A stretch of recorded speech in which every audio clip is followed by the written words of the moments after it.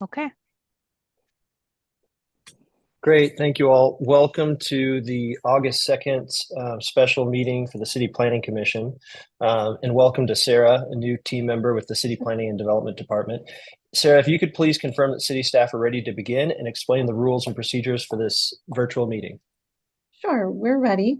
I'll start by describing the testimony procedure for this meeting. Everyone today is online, and we have two categories of people participating in the meeting: attendees and panelists. Right now, our panelists are all commission members and city staff members. If there are any citizens who are interested in this case, when we get to the actual case, you can use the raise hand function to note that you would like to be called on. When people do raise their hands, we will promote them to a panelist position. You will need to accept the promotion. It will appear temporarily as if you have been disconnected, but don't panic, you will be reconnected as a panelist. We do ask that people make sure that their screen names show their legal name. We only have one docket item today, so you don't need to note which one. If you are calling in with a phone number, you can't change your screen name, but you can raise your hand by pressing star and then the number 9. At the time that people are promoted, the chair would like for you to turn on your camera and microphone so that we can see and hear you. If you are speaking, microphones always need to be on mute unless you are giving testimony or asking questions. The chat box is only for questions about the agenda and not for discussing the merits of a case.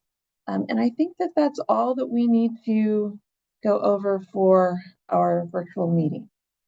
Great, thank you, Sarah. And thanks everyone for making time to hear this case today. We look forward to hearing the case. We want to make sure that this receives the attention it deserves, and that we build consensus between applicant, public, and city staff. We believe we will reach that consensus by being brief yet heard, following the rules and procedures Sarah just mentioned. Additionally, there are time limits for the cases, with 20 minutes for the applicant presentation and 2 minutes for public testimony when representing a single interest, or 5 minutes when representing an established organization, plus time for commission, question, and answer. Sarah, if you could go ahead and open up the case, we'll get started. Sure. Our case is CD-MISC-2024-1, moratorium of gas stations, extending a moratorium until October 7th, 2024 on the approval of any new permits, including building code permits and special use permits, plan review, project plans, and zoning changes, where the subject matter of the project is a proposed gas station. And Andy Clark is the staff member today, since the applicant is the city. All right. Thank you, Sarah. Good morning, Vice Chair Enders and fellow commissioners. Thank you for being available today for this hearing. I am going to share my screen. And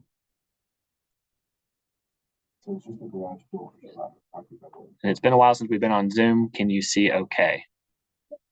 Great. Okay, so today is to give an update to the City Plan Commission and also ask for a request to extend the gasoline and fuel sales moratorium. The ordinance that was introduced and approved by the City Council for the temporary moratorium is Ordinance 240157 that was approved back in February 8th. CD Miscellaneous 2024-0001 is the CPC case that was heard by the City Plan Commission on February 6th. The presentation overview today is just the ordinance focus. It's been a few months. I want to bring the commission up to date. The multi-departmental review approach over the last few months to address the gas station and moratorium update or moratorium. Staff's work to date, a few suggested ordinance revisions that would impact Chapter 88, the Zoning and Development Code, and next steps. Staff, this is one whereas of the ordinance that was approved by council. Staff has, in our research over the last few months, focused on protecting the public safety, health, and welfare of Kansas Cityans related to regulations concerning the placement, establishment, and operations of gasoline and fuel sales. As I stated earlier, this has been a multi-departmental review approach. This has consisted of conversations with the regulated industries. The department, KCPD, most importantly, has been a great ally in working with city planning and giving us knowledge that we're not criminologists. So it's been very, very helpful from their perspective.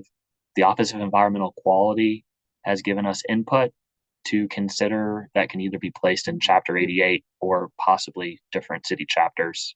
And then city planning, we've been reviewing our use standards along with development compliance. Quick overview, the Office of Environmental Quality is focused on the public health element of the gas station moratorium. Just for all of you to know, Kansas City is currently in attainment for ozone standards.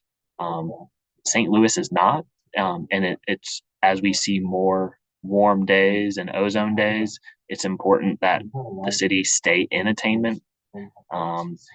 Recommendations from OEQ are stage 2 vapor recovery devices. This really reduces the amount of vapors that are being exposed into the environment when fueling a vehicle.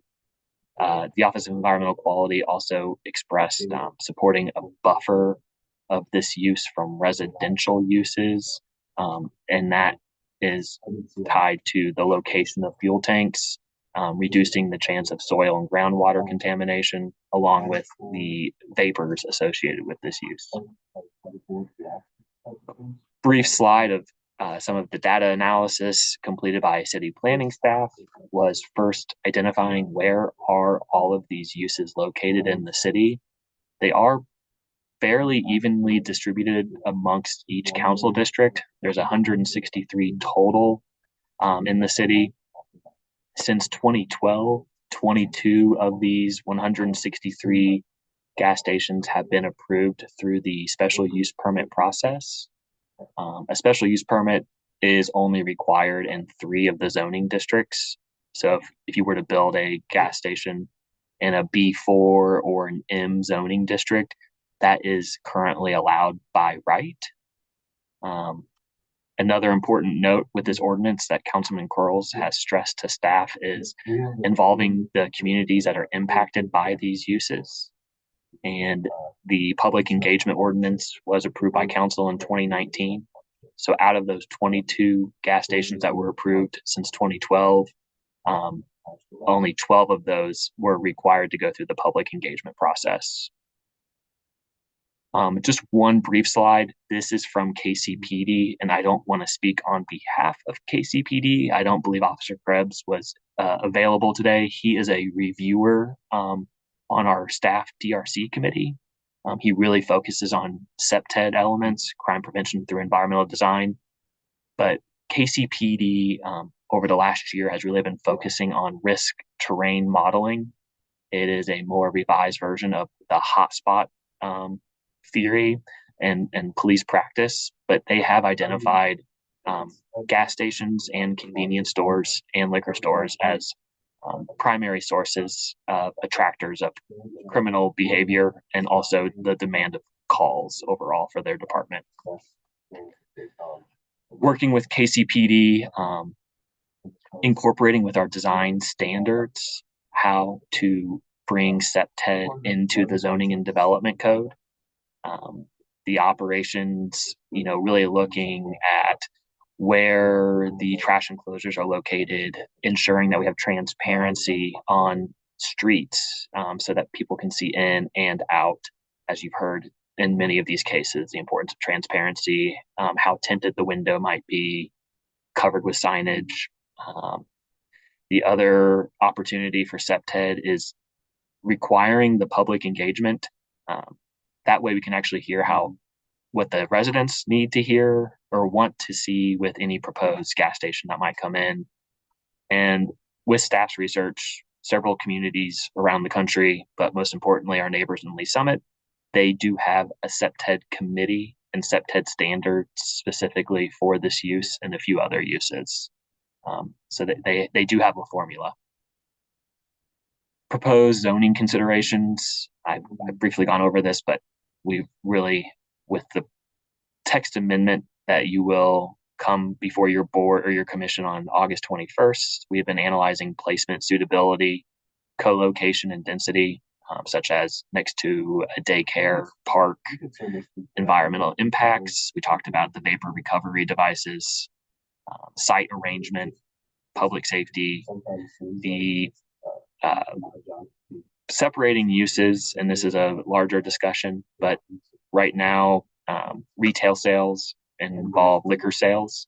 So how a convenience store interacts with gasoline and fuel sales, as well as liquor sales, that's a bigger discussion, which we will want to have other city departments available for questions related to liquor sales and how that's regulated. And then most importantly, the special use permit process and how to allow for more public engagement with this use. Proposed zoning amendments from city staff has been in the Main Street overlay. Currently, this is a provision that no such establishment, gasoline and fuel sales, can be located within 2,000 feet of an existing gasoline or fuel sales establishment. This focuses about the concerns of concentrations of this use. No such establishment shall be located within 200 feet of a residentially zoned district. This came from conversations with the sponsor of this ordinance, the impact of this use on neighborhoods, low density neighborhoods, and trying to have a established buffer. Again, I discussed earlier that the B4 zoning and M zoning districts allow gasoline and fuel sales by right. Staff proposal would be establishing that a special use permit is required in every zoning district to ensure that we have community feedback and they're aware of this use.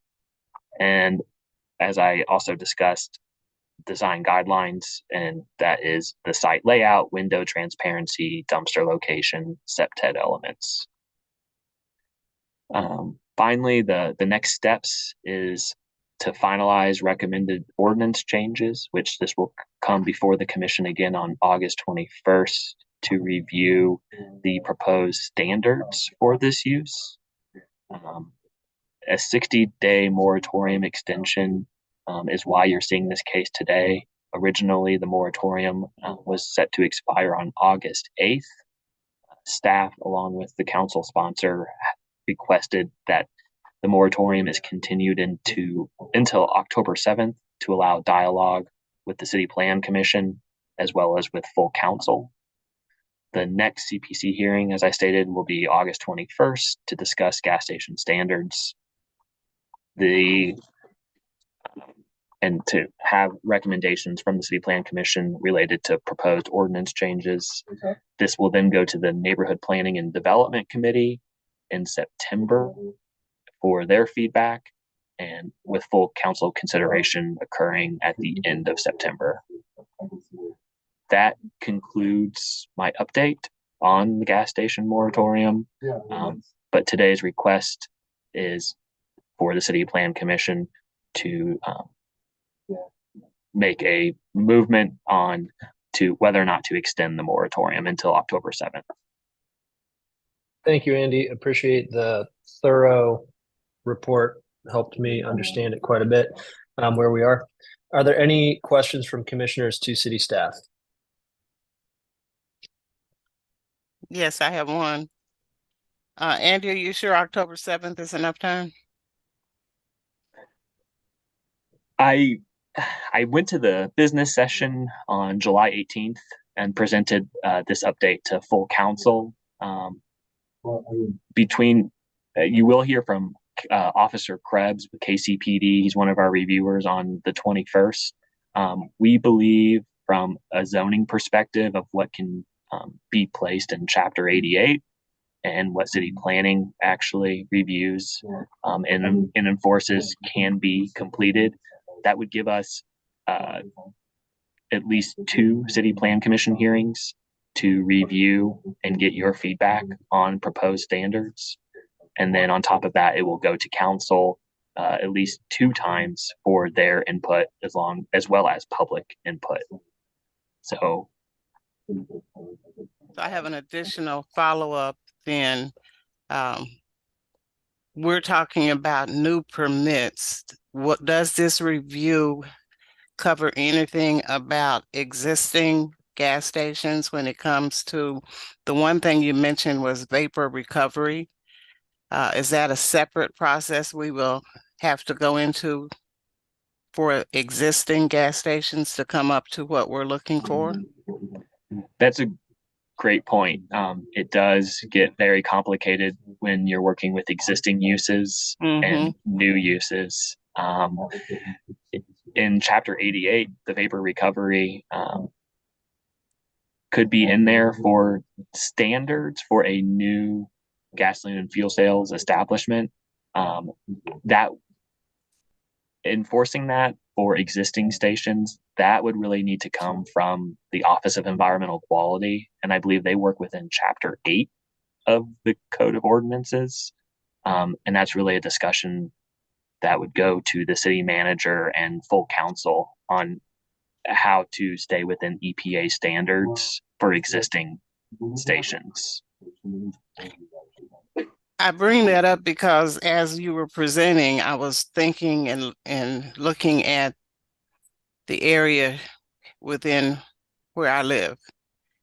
And I was looking at from Paseo to Cleveland on Truman Road and from Truman Road to Independence Avenue on Prospect.